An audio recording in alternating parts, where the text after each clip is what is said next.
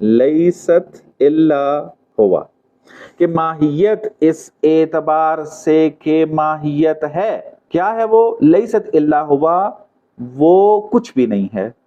کچھ بھی نہیں ہے سے کیا مراد ہے؟ یعنی یہی چیزیں، نہ وہ اپنی ذات میں وجود رکھتی ہے، نہ عدم رکھتی ہے، نہ واحد ہے، نہ کثیر ہے، نہ کلی ہے، نہ جزئی ہے، نہ ٹھنڈا ہے، نہ سیاہی ہے، نہ لمبی ہے، نہ چھوٹی ہے، بلکہ خالق اس کو جیسا بنائے گا وہ بن سکتی ہے۔ اپنی ذات میں اس کا کوئی تقاضا نہیں ہے کہ مجھے لمبا ہونا چاہیے، مجھے چھوٹا ہونا چاہیے، مجھے موجود ہونا چاہیے، مجھے معدوم ہونا چاہیے۔ اس قسم کا کوئی تقاضا اس کی ذات میں موجود نہیں ہوتا، بلکہ خالق اس کو جیسا بنا دے۔ کیونکہ اگر وہ اپنی ذات میں تقاضا رکھے گی کہ مجھے لمبا ہونا چاہیے پس چھوٹا ہونا، پھر وہ خلق نہیں کر سکتا خالق، اور ماہیت اس کو نہیں کہہ سکیں گے۔ تو پس خلاصہ کلام یہ بنا کہ ماہیت اس اعتبار سے کہ ماہیت ہے، وہ اپنے اندر کسی چیز کو اخذ نہیں کیے ہوئے ہے، وہ خالی ہے ان تمام جو ہے وہ احکامات سے۔ بس یہ مطلب جو ہے وہ واضح ہو گیا کہ ماہیت ہم کسے کہتے ہیں۔ یہاں تک اگر کوئی سوال ہے آپ کا تو پوچھیں، ٹیکسٹ میں کوئی پوچھ رہا تھا، اگر آڈیو میں پوچھ لیں تو زیادہ بہتر رہے گا۔ جی السلام علیکم آغا جی صاحب۔ السلام علیکم۔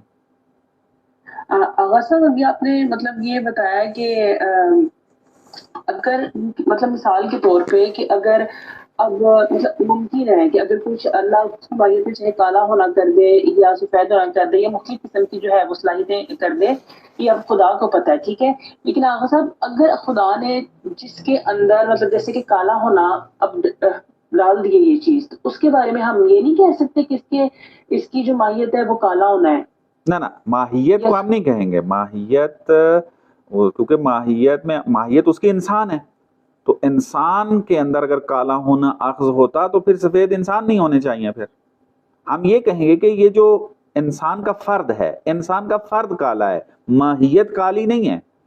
انسان کا جو فرد ہے مثلا زید، اس کے اندر جو ہے وہ کالا پن آ گیا، لیکن انسان ہونے میں کالا پن جو ہے وہ اخذ نہیں ہے، وہ ان تمام احکام سے جو ہے وہ خالی ہے۔ اس کا مطلب ہے ہم انسان ہونے کی پھر جو ہے وہ ماہیت کو نہیں سمجھ سکتے، ایسا ہی ہے نا؟ دیکھیں ماہیت کو ہم کتنا سمجھ سکتے ہیں یہ تو ایک الگ بحث ہے، لیکن اس حد تک کہ ماہیت ہماری انسان ہے، اور انسان کی ہم ڈیفینیشن کیا کرتے ہیں؟ ہم کہتے ہیں انسان وہ ہے کہ جو ناطق ہو، فکر کرنے والا ہو، متفکر ہو، بس اس سے اوپر اس کی ڈیفینیشن میں کوئی قید نہیں آتی ہے۔ فقط یہ آتا ہے کہ انسان ایسی ذات ہے جو زندہ ہے اور فکر کرتی ہے، یہ انسان ہے۔ اس ڈیفینیشن کے اندر کوئی اور چیز نہیں آتی ہے، یعنی یوں نہیں کہا جاتا انسان ایک ایسی ذات ہے کہ جو فکر کرتی ہے اور لمبا ہے، فکر کرتا ہے انسان چھوٹا ہے، یوں نہیں کہتے۔ ہم فقط اس حد تک کرتے ہیں کہ انسان ایک ایسی ذات ہے کہ جو حیوان ناطق ہے، یعنی حیوان سے مراد یعنی زندہ ذات ہے اور فکر کرتی ہے، بس یہ اس کی پوری کی پوری ماہیت ہے۔ اگر کوئی انسان کوئی اس بیماری میں مبتلا ہو کہ وہ فکر نہ کر سکے تو اس انسان قرار نہیں دیں گے؟ وہ ایک عارضی چیز ہے کہ جس کی وجہ سے یہ عارضہ لاحق ہوا ہے اس کے اندر۔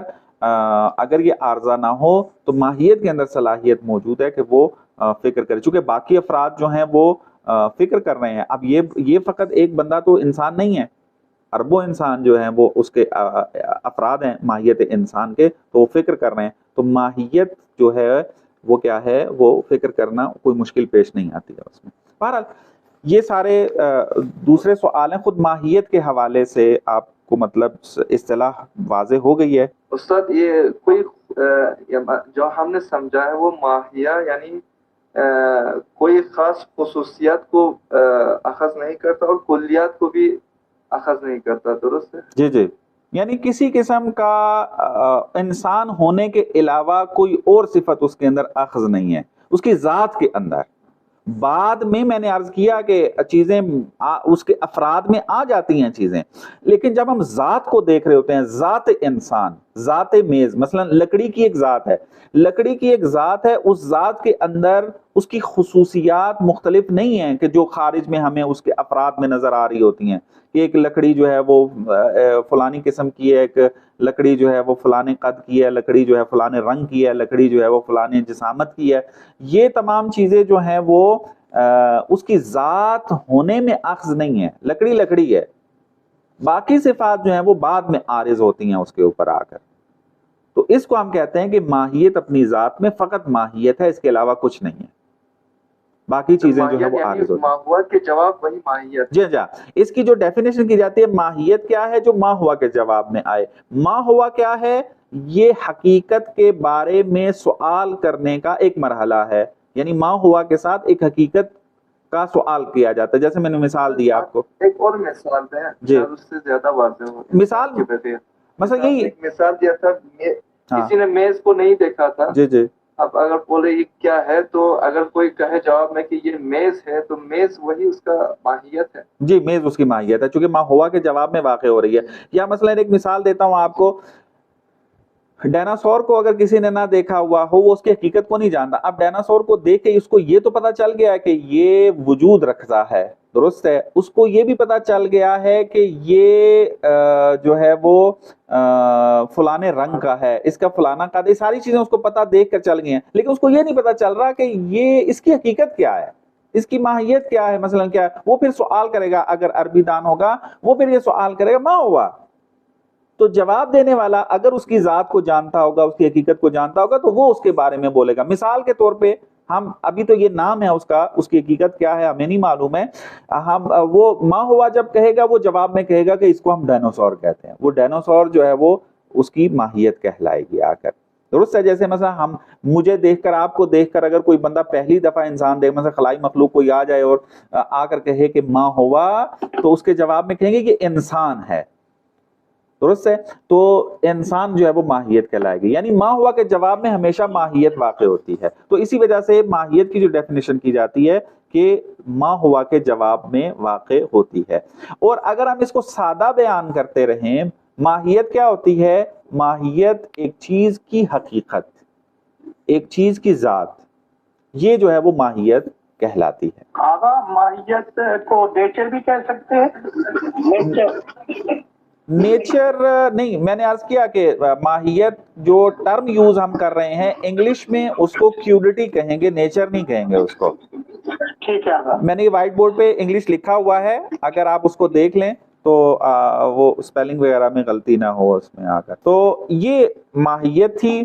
اس کے علاوہ بھی ماہیت کے حوالے سے بہت ساری باتیں ہیں کہ انشاءاللہ جیسے جیسے بحثیں آگے بڑھیں گی انشاءاللہ اس کی تفصیلات مزید آگے آئیں گی. ابھی فقط میں نے اس ٹرم کو کھولنا تھا، وہ میں نے آپ کی خدمت میں بیان کر دیا ہے کہ ماہیت کیا ہے.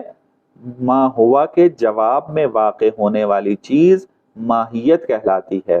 ماہیت ایک چیز کی ذات اور حقیقت ہوتی ہے، اور اس کی ذات جو ہے وہ فقط ذات ہی ہوتی ہے، اس کے اندر باقی صفات اخذ نہیں، ذات کے مرحلے میں اخذ نہیں ہوتی. مثلا انسان ہونے کے اندر کوئی چیز اخذ نہیں ہے. اگلی بحث جو ہے وہ بحث آ جاتی ہے خود وجود کے حوالے سے. صلی اللہ علی محمد و آل محمد.